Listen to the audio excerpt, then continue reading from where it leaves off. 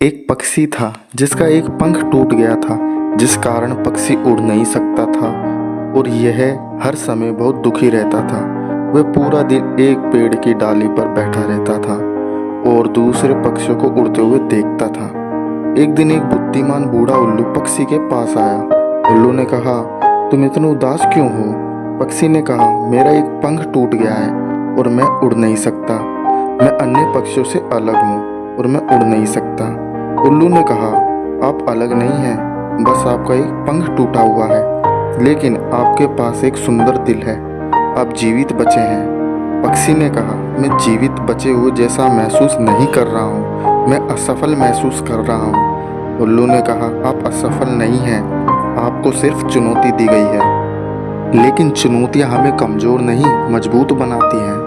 वह हमें उन चीज़ों की सराहना करने के लिए प्रेरित करती हैं जो हमारे पास हैं।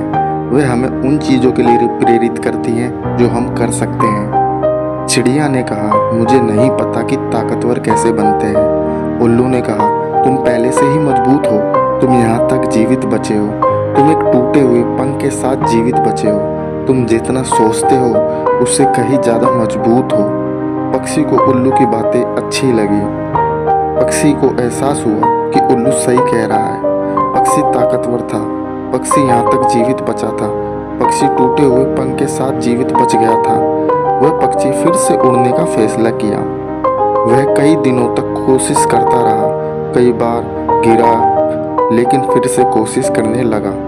वह कभी हार नहीं माना, उन्हें खुद पर पूरा विश्वास था और उसी तरह पक्षी फिर से उड़ने लगा। पक्षी टूटे पंख के साथ खुले आसमान में उड़ गया। अब इस कहानी से आप क्या सीखे? हम सभी मनुष्य हैं और हम सभी के जीवन में चुनौतियां हैं, लेकिन अगर हम खुद पर विश्वास रखें और कभी हार ना माने तो हम उन सब चुनौतियों पर काबू जरूर पा सकते हैं। अपने आप पर यकीन रखो, आप जितना सोचते हैं उससे कहीं ज़्यादा मजबूत हैं। यदि आप खुद पर विश्वास रखते हैं तो आप अपनी चुनौतियों पर काबू पा सकते हैं। कभी हार नहीं मानना, चाहे परिस्थितियाँ कितनी भी कठिन क्यों ना हो। कभी हार न माने, लड़ते रहो और अंत में आप अपने लक्ष्य को जब प्राप्त कर लोगे